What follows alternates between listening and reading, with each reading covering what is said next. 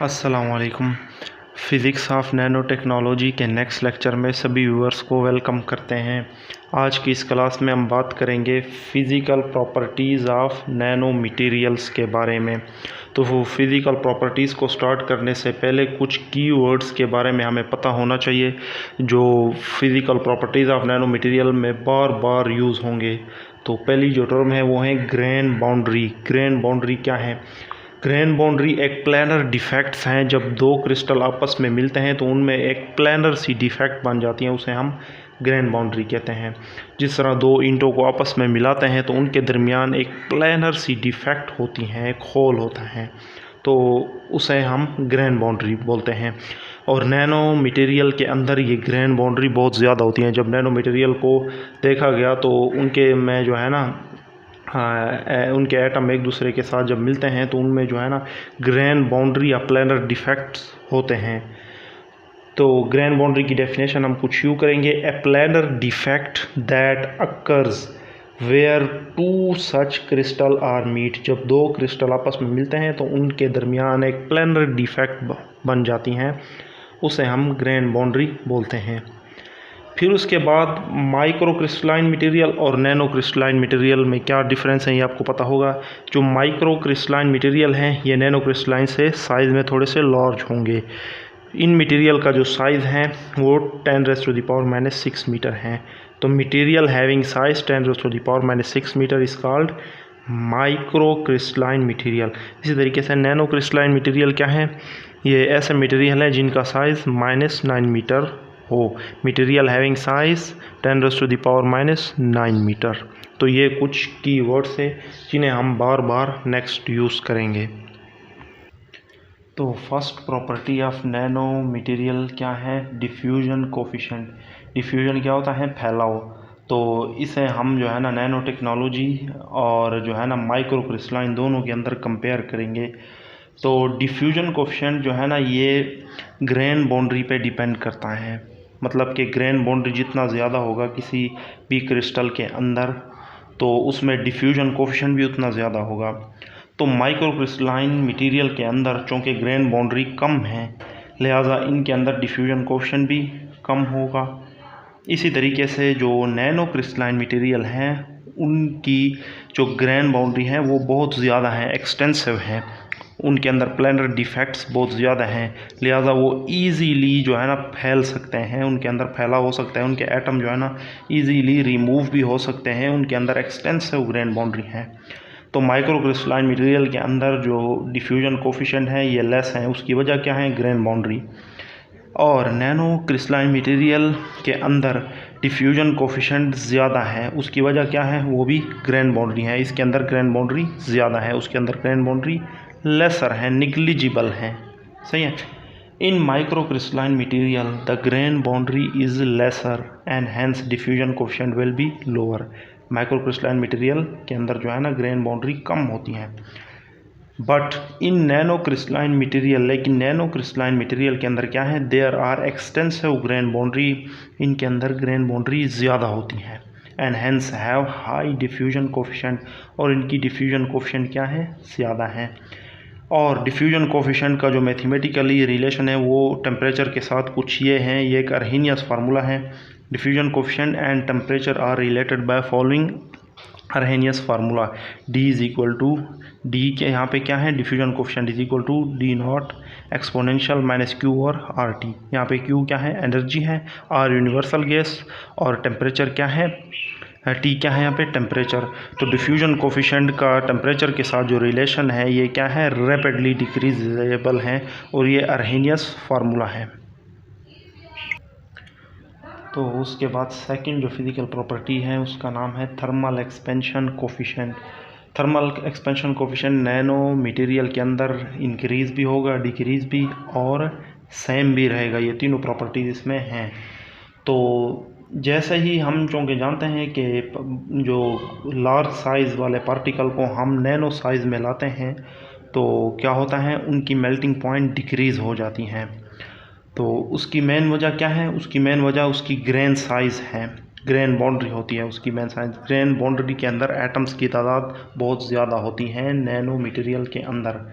तो जैसे ही मेटल्स को उनके नैनो साइज़ में ले आते हैं तो उनके मेल्टिंग पॉइंट में फ़र्क आता है। जैसा कि गोल्ड है तो इसकी जो बल्क साइज़ है उस वक्त इसका जो मेल्टिंग टेम्परेचर है वो अबव 300 बल्कि 3000 है, 3000 से अबव है। लेकिन जैसा इसे नैनो साइज़ में ले आते हैं तो इसका टेम्परेचर जो है ये 27 डिग्री लेस हो जाता है कन्वेंशनल गोल्ड से। सही है। तो मेल्टिंग टेम्परेचर या थर्मल एक्सपेंशन कोफिशिएंट एक ही चीज़ है।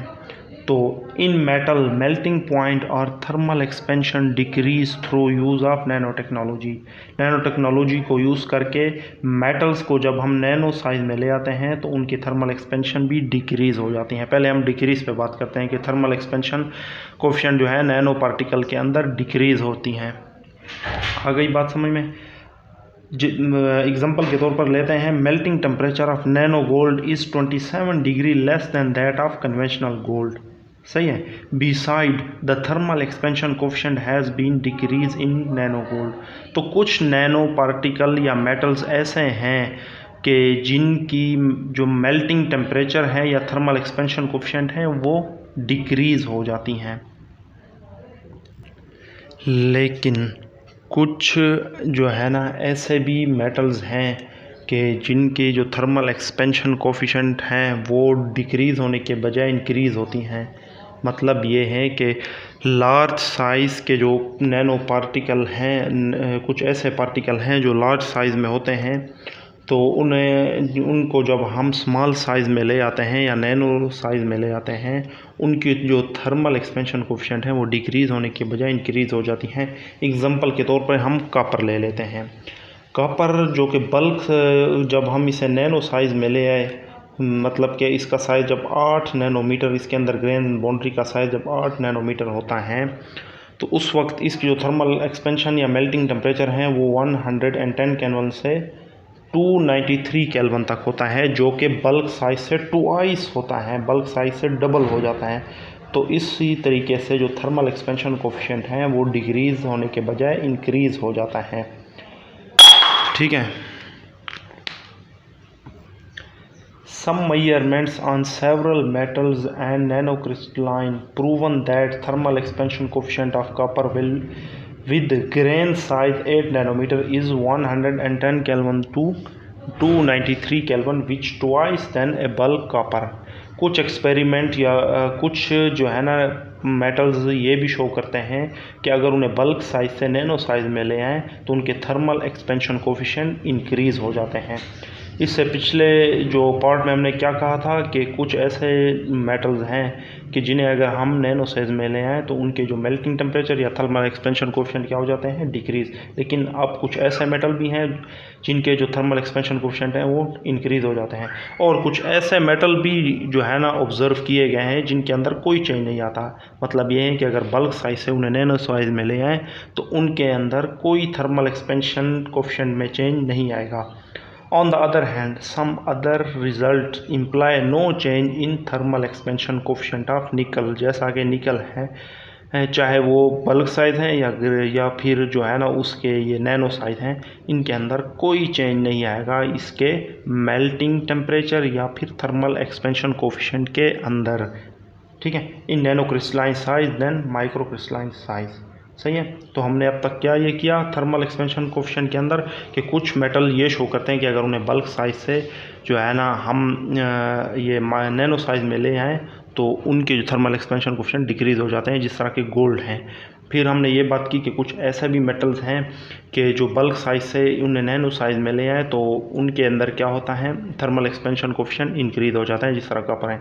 और कुछ ऐसे भी मेटल हैं जिनके अंदर कोई चेंज नहीं आता, जिस तरह के निकल। थर्ड पॉइंट है इलेक्ट्रिकल रेजिस्टेंस। इलेक्ट्रिकल रेजिस्टेंस ये है कि इलेक्ट्रॉन के मोशन में रुकावट होती है ना। तो चूँकि नैनो मटेरियल के अंदर जो है ना ये ग्रेन बाउंड्री ज़्यादा होती हैं, तो इलेक्ट्रॉन जब एक क्रिस्टल से दूसरे क्रिस्टल में जाता है तो वो उसके रास्ते में एक रुकावट सी बन जाती हैं, वो इजीली नहीं पहुंच पाता बल्कि स्कैटर हो जाता है। तो उस वजह से इलेक्ट्रिकल रेजिस्टेंस क्रिएट होता है due to anisotropies in atom. Anisotropies in atom की वजह से क्या होता है, arrangement in grain boundary electron are scatter during passing from a boundary. जब इलेक्ट्रॉन बाउंड्री को क्रॉस करता है तो उस वक्त वो स्कैटर हो जाता है, क्योंकि नैनो पार्टिकल के अंदर क्या होता है, ग्रेन बाउंड्री साइज लार्ज होता है। तो एक क्रिस्टल से दूसरे क्रिस्टल तक इलेक्ट्रॉन इजीली नहीं पहुंच पाता, बल्कि यूजुअली क्या कर जाता है, स्कैटर कर जाता है, जिस वजह से इलेक्ट्रिकल रेजिस्टेंस क्रिएट होता है। This term lead specific electrical resistance. तो इस टर्म की वजह से स्पेसिफिक इलेक्ट्रिकल रेजिस्टेंस क्रिएट होती हैं। तो अब हम ये देखते हैं कि क्या नैनो मटेरियल के अंदर इलेक्ट्रिकल रेजिस्टेंस इंक्रीज़ होगी या डिक्रीज़ होगी। ये ज़ाहिरी बात है इंक्रीज़ होगी, सही है, क्योंकि ग्रेन बाउंड्री ज़्यादा होती हैं, उस वजह से इलेक्ट्रिकल रेजिस्टेंस, इलेक्ट्रॉन की रुकावट भी तो उस लिहाज से ज़्यादा होगी ना। So in nano crystalline material there would large grain boundary ज़्यादा होती है नैनो क्रिस्टलाइन मटेरियल के अंदर, and hence electrical resistance would be high, और इलेक्ट्रिकल रेजिस्टेंस भी उस लिहाज से हाई होती हैं।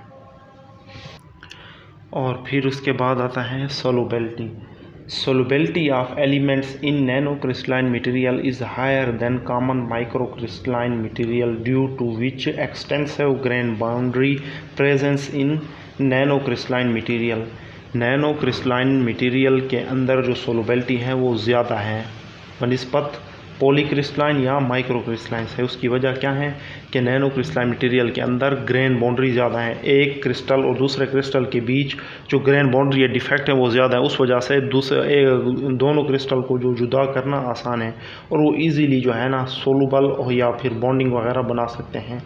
तो इस वजह से जो है ना ग्रेन बाउंड्री की वजह से नैनो क्रिस्टलाइन मटेरियल के अंदर सोलबिलिटी फैक्टर ज़्यादा होता है। आ गई बात समझ में।